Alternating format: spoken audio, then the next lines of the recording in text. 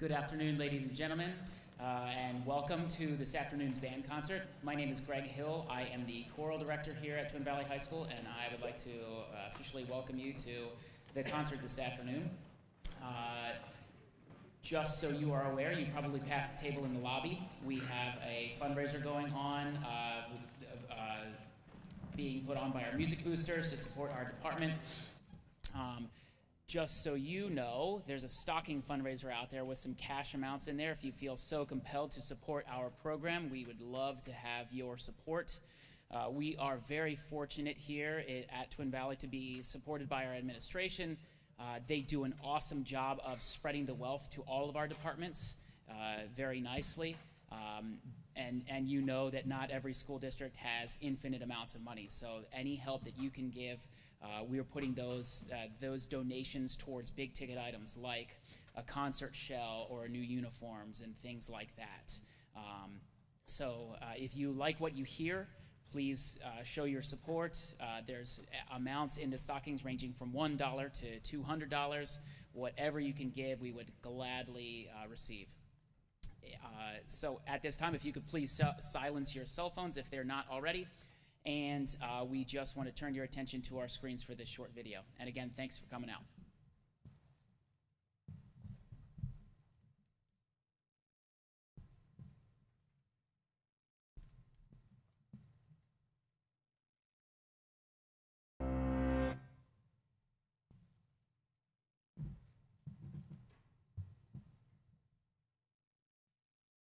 Did you know that every time musicians pick up their instruments, there are fireworks going off all over their brain? On the outside, they may look calm and focused, reading the music and making the precise and practiced movements required. But inside their brains, there's a party going on.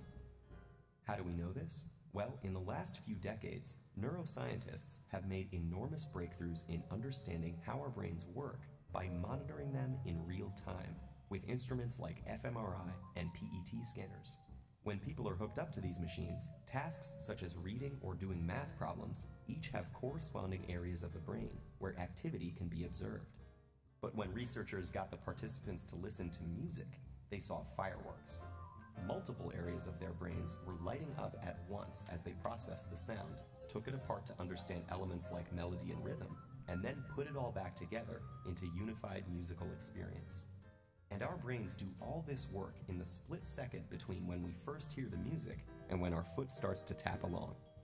But when scientists turn from observing the brains of music listeners to those of musicians, the little backyard fireworks became a jubilee.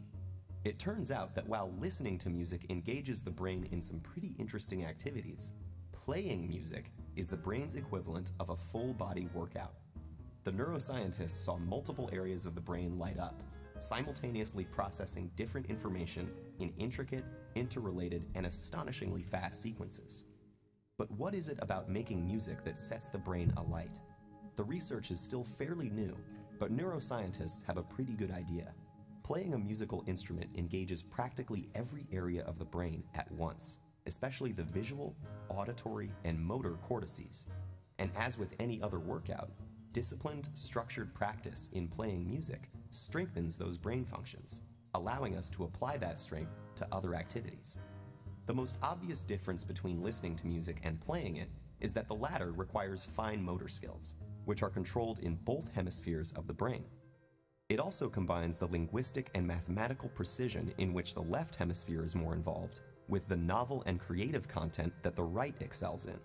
For these reasons, playing music has been found to increase the volume and activity in the brain's corpus callosum, the bridge between the two hemispheres, allowing messages to get across the brain faster and through more diverse routes. This may allow musicians to solve problems more effectively and creatively in both academic and social settings. Because making music also involves crafting and understanding its emotional content and message, musicians often have higher levels of executive function, a category of interlinked tasks that includes planning, strategizing, and attention to detail, and requires simultaneous analysis of both cognitive and emotional aspects. This ability also has an impact on how our memory systems work. And indeed, musicians exhibit enhanced memory functions, creating, storing, and retrieving memories more quickly and efficiently.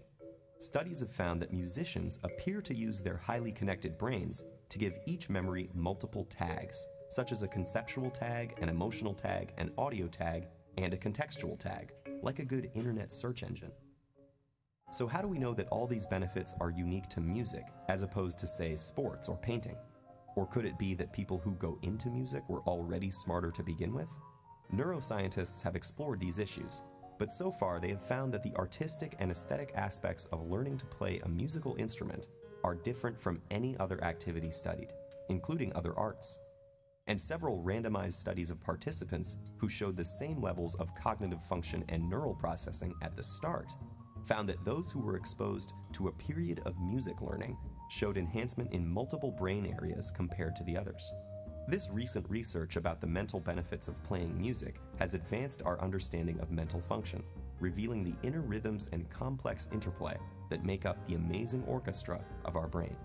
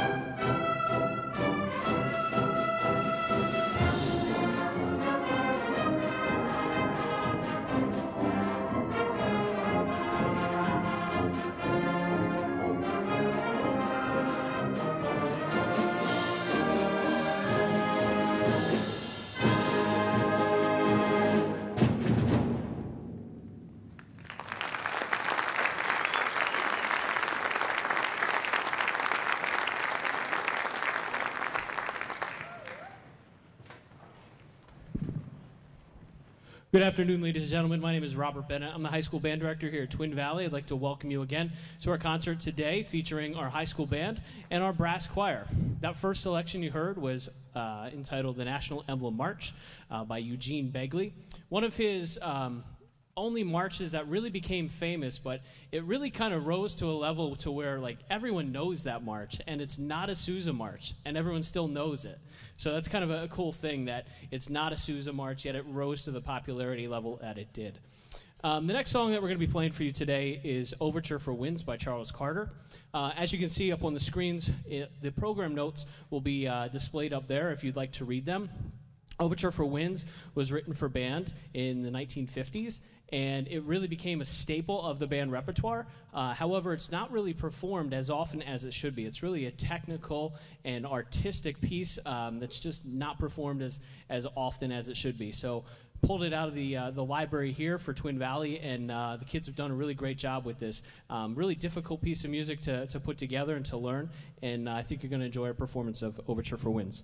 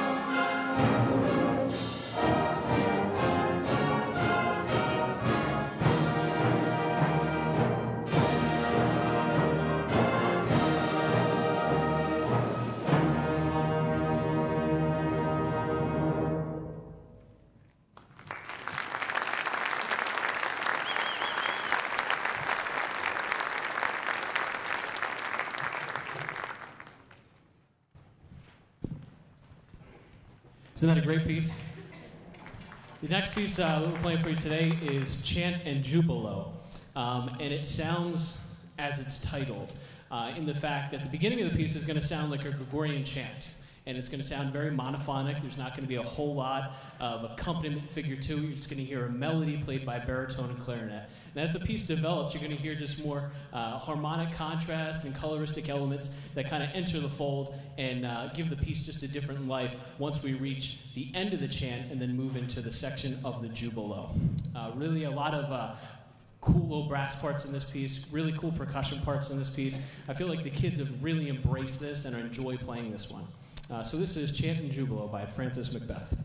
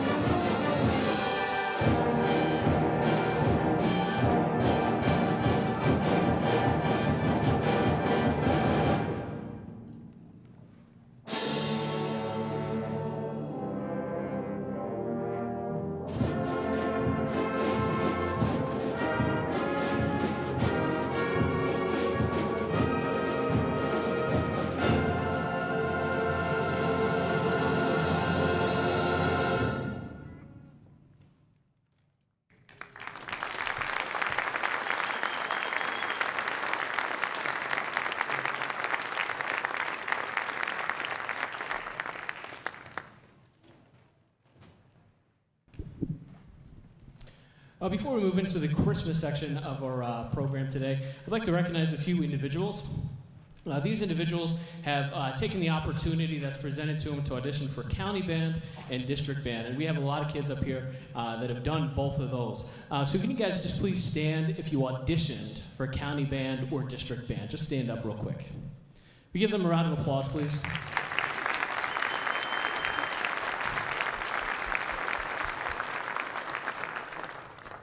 So the thing about county and district band is it's really, really difficult to get into. And the music that these kids are working with is at a really, really high level. So it's challenging even to approach the music, even to pick it up, put it out on the stand, and begin to rehearse it. It's really, really difficult. And we had actually some students that made county band and district band. So I'm just going to call the names of the people that made county band first. First we have Reed Simmons on trumpet, Alden Lovejoy on clarinet, Olivia Kurtz on horn, Grace Tennant on trombone, and Ryan Bayless on trumpet. Give them a hand.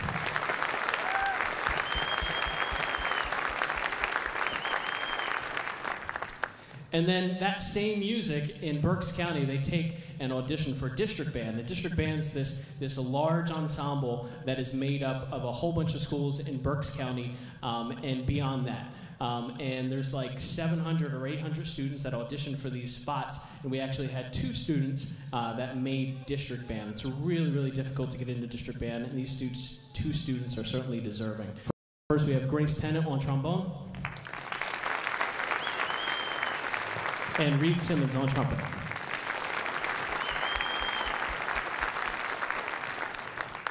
So that's awesome that we have kids that are willing to go beyond just the band experience and do more with it. It's really cool when kids can become independent and take the music on themselves, learn it through private lessons or just their own study, and participate in ensemble experiences like that. It's really, really neat for me as a director.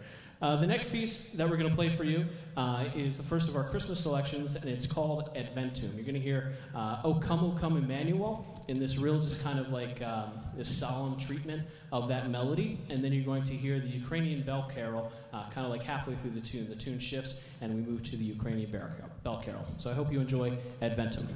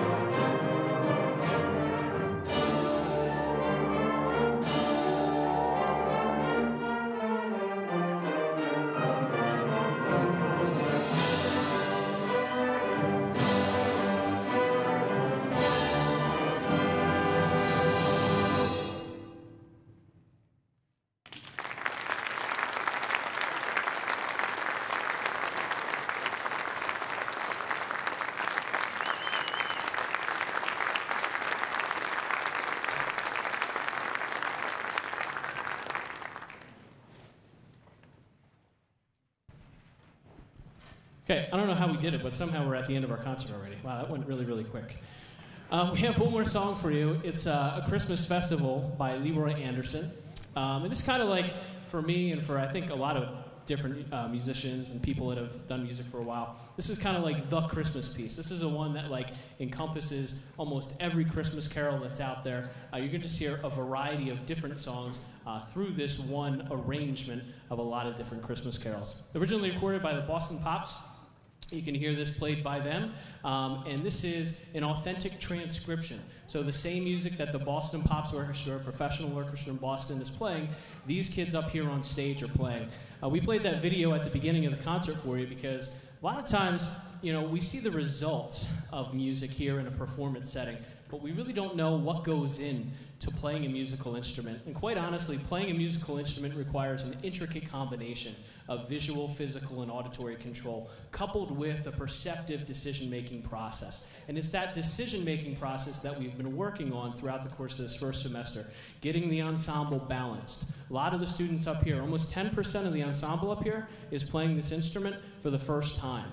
People have switched instruments to balance our ensemble, so we have a lot of lows in the sound, we have a lot of mids in the sound, and we have a good balance to the highs that are in the sound. It's kind of like a stereo system. We want to make sure that all the sounds are warm and balanced at all times. It's the same for live performance. So these kids are switching instruments and building an awareness of what makes a cohesive band sound, and what makes a balanced band sound, and why that's important, and how by being balanced, we can actually hear all the different instruments.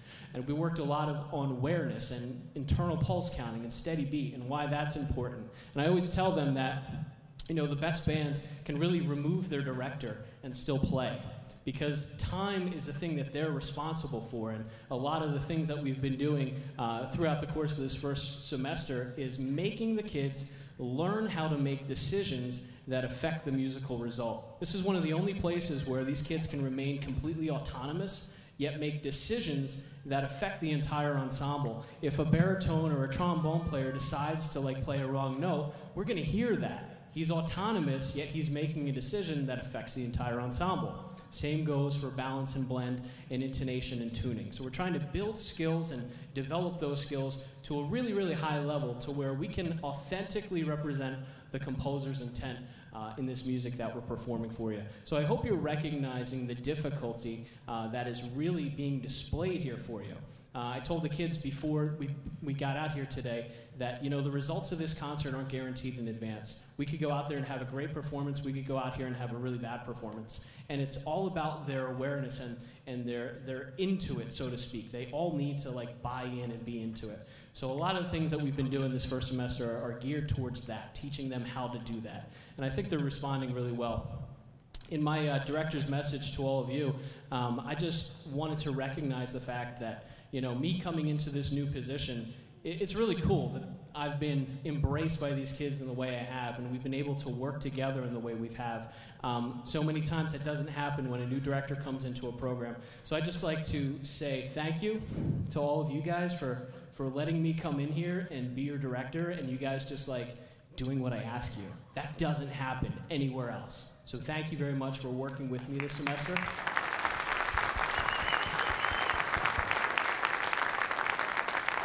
And I think you can hear that the kids are really into what they're doing too. So let's give another round of applause to the kids.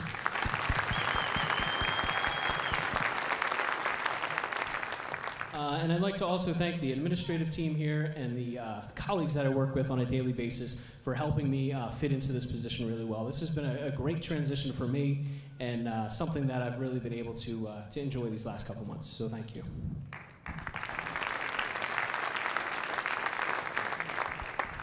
Again, the last song we're playing is A Christmas Festival. I hope you enjoyed our concert this evening, or this afternoon, sorry. And I hope you guys all have a great rest of your holiday season and safe ride home. Thanks again for coming.